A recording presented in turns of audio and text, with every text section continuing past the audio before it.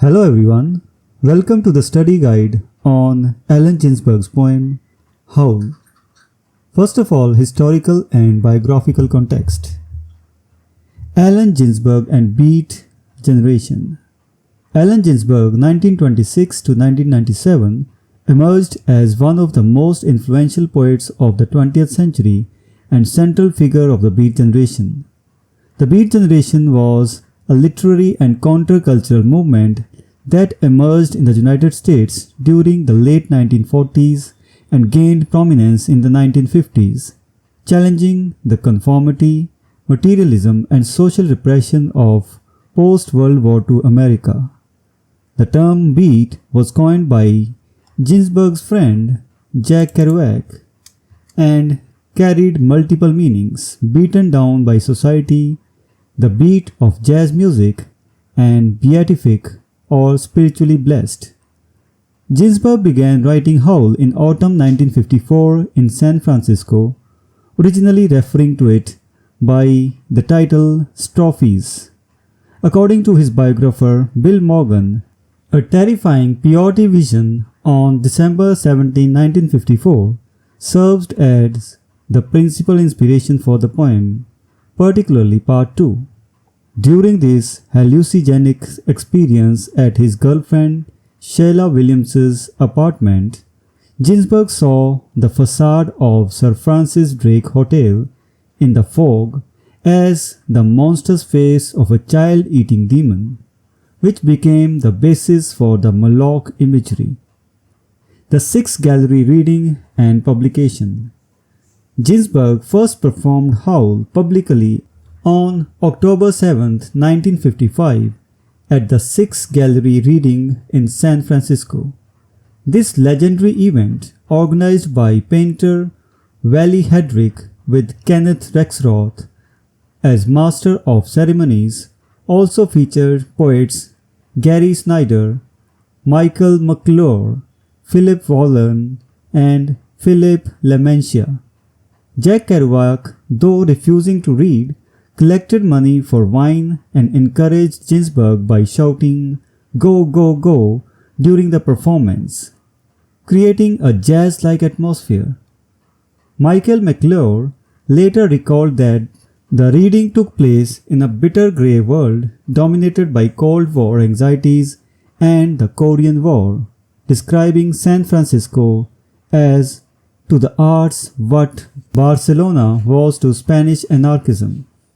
After witnessing this electrifying performance, publisher Lawrence Ferlinghetti sent Ginsberg a telegram, echoing Emerson's famous message to Whitman, "I greet you at the beginning of the great career. When do I get manuscript of Howl?" City Light's book published Howl and other poems in 1956. The Obscenity Trial.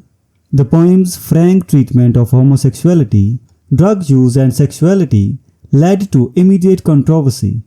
In March 1957, US Customs officials seized 520 copies of Howl being imported from England, claiming the book was obscene.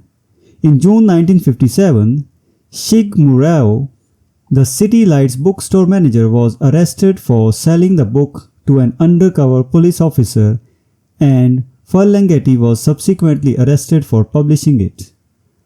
The ensuing trial attracted national attention and became a landmark case for freedom of expression.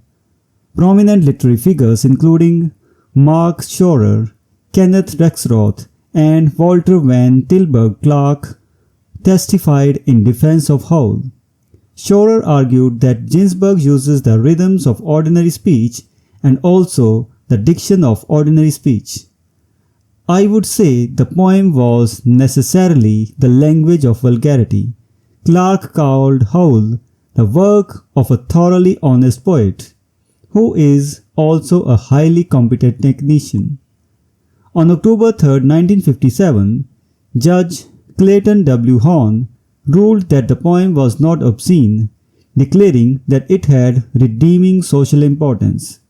Judge Horn wrote that Howl presented a picture of a nightmare world in its first part an indictment of those elements in modern society destructive to the best qualities of human nature in the second part, and a picture of an individual who is a specific representation of what the author conceives of as a general condition in the third. This decision helped pave the way for the publication of other previously censored works, including Henry Miller's Tropic of Cancer and D.H. Lawrence's Lady Chatterley's Lover. Dedication to Carl Solomon. Howl is dedicated to Carl Solomon, whom Ginsberg met in 1949 while both were patients at the Columbia Presbyterian Psychological Institute, which Ginsberg calls Rockland in the poem.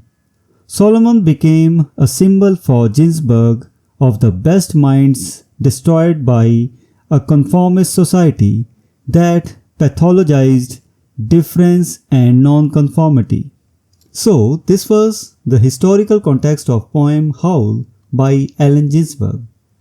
In the next video, we will discuss its major themes. And until next time, goodbye and thank you.